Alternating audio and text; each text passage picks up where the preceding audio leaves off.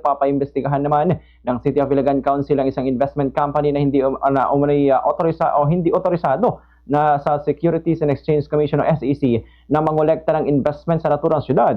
Sa naging privilege speech ng Sangguniang Panlungsod member na si Rolly Tugade, sinabi niya na nais nitong paimbestigahan ang Fidelity Capital Investment Group o FCIG na paghikayat sa nasabing investment company sa publiko na mag-invest sa kanilang investment training project para maprotektahan ang mga interes ng Ilagwenyo, lalo pa at may mga residente ng syudad na ang nahikayat na nakapag-invest sa nasabing investment training.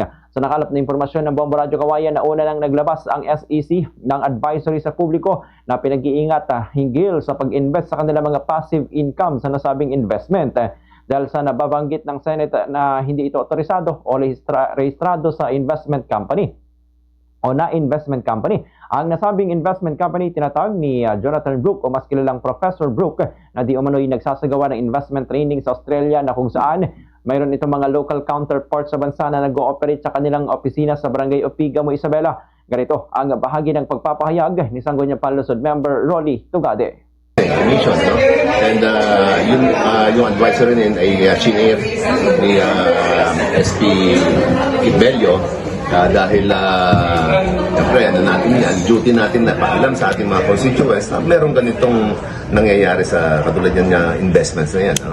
So, may mga personality na nabanggit, may mga pangalan na kong binanggit kanina, na yun ay nakalahad din doon sa advisory na nilatag ng SEC. So, lahat yan base sa advisory ng SEC. Wala tayong dinagdag, wala tayong dinawas, kundi kinuha lang natin kung ano ang sinasabi ng SEC. At yung mga konting naririnig natin dito sa Iligan. Samantala, nagbigay rin ng pahayag si Sangguniang Panlungsod member Kit Bello matapos na personal na atakin ito ng isa sa mga nangunguna sa operasyon ng FCIG na isang group picture sa pamamagitan ng kanyang post sa social media na kung saan inakusahan pang opisyal na di umano'y korupsyon. Ganito naman ang naging bahagi ng pagpapahayag ni Sangguniang Panlungsod member Kit Bello. Tignan natin kung may paliwanag na mabuti.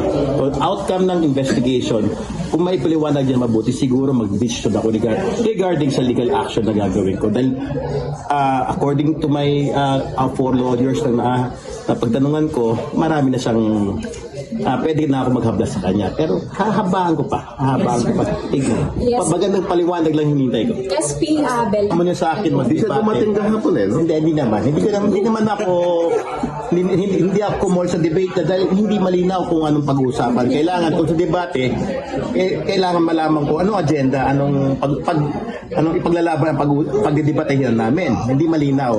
At saka, inintindi, tulad na sabi ko, hinabaan ko yung pasensya ko. Very emotional pa rin siya. Kaya baka wala akong mararating yung debate.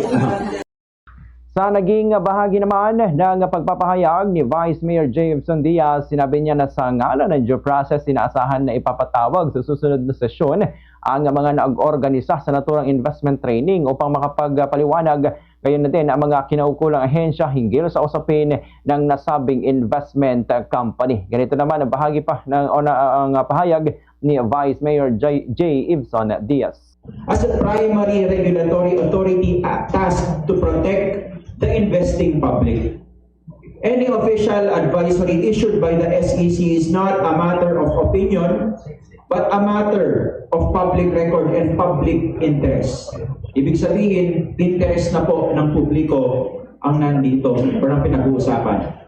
Sharing such an advisory, especially for the purpose of warning and informing our constituents, falls squarely within the responsibility of elected officials to safeguard the welfare of the people.